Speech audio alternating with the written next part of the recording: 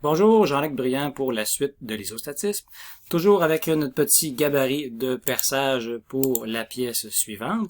Si on regarde un peu qu'est-ce qu'on vous demande de faire dans les exercices et également dans les examens pour représenter l'isostatisme du gabarit de perçage suivant, on va étudier le dessin, on va regarder les points qu'on a mis ici.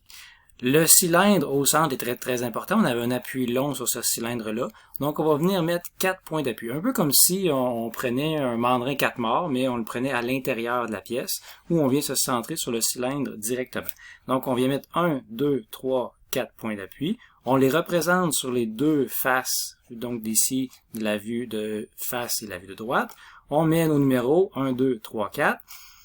Après ça, on a un appui ponctuel derrière en 5 et il nous resterait 1 degré de liberté. Dans ce cas-là, c'est la rotation. Mais comme la pièce elle est pareille sur les 360 degrés, il n'y a aucun intérêt présentement à bloquer la rotation comme on avait fait par exemple avec la petite pièce suivante. Ici, on voulait bloquer la rotation avec un cône qui rentrait à l'intérieur de la rainure, mais dans le cas présent, pour la pièce cylindrique, on n'a pas besoin de le faire parce qu'il y a tout simplement aucune encoche, aucune rainure qui nous permettrait de le faire de toute façon.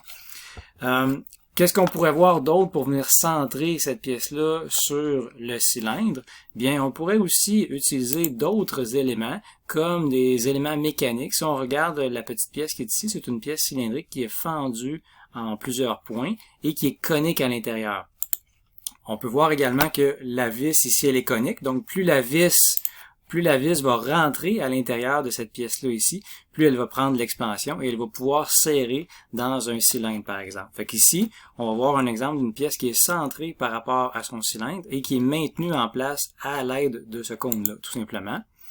Donc, on vient visser un petit peu, on met notre pièce, on vient compléter le serrage et le tour est joué. Donc, ça pourrait être un autre élément comme ça avec lequel on pourrait venir se centrer sur un cylindre intérieur.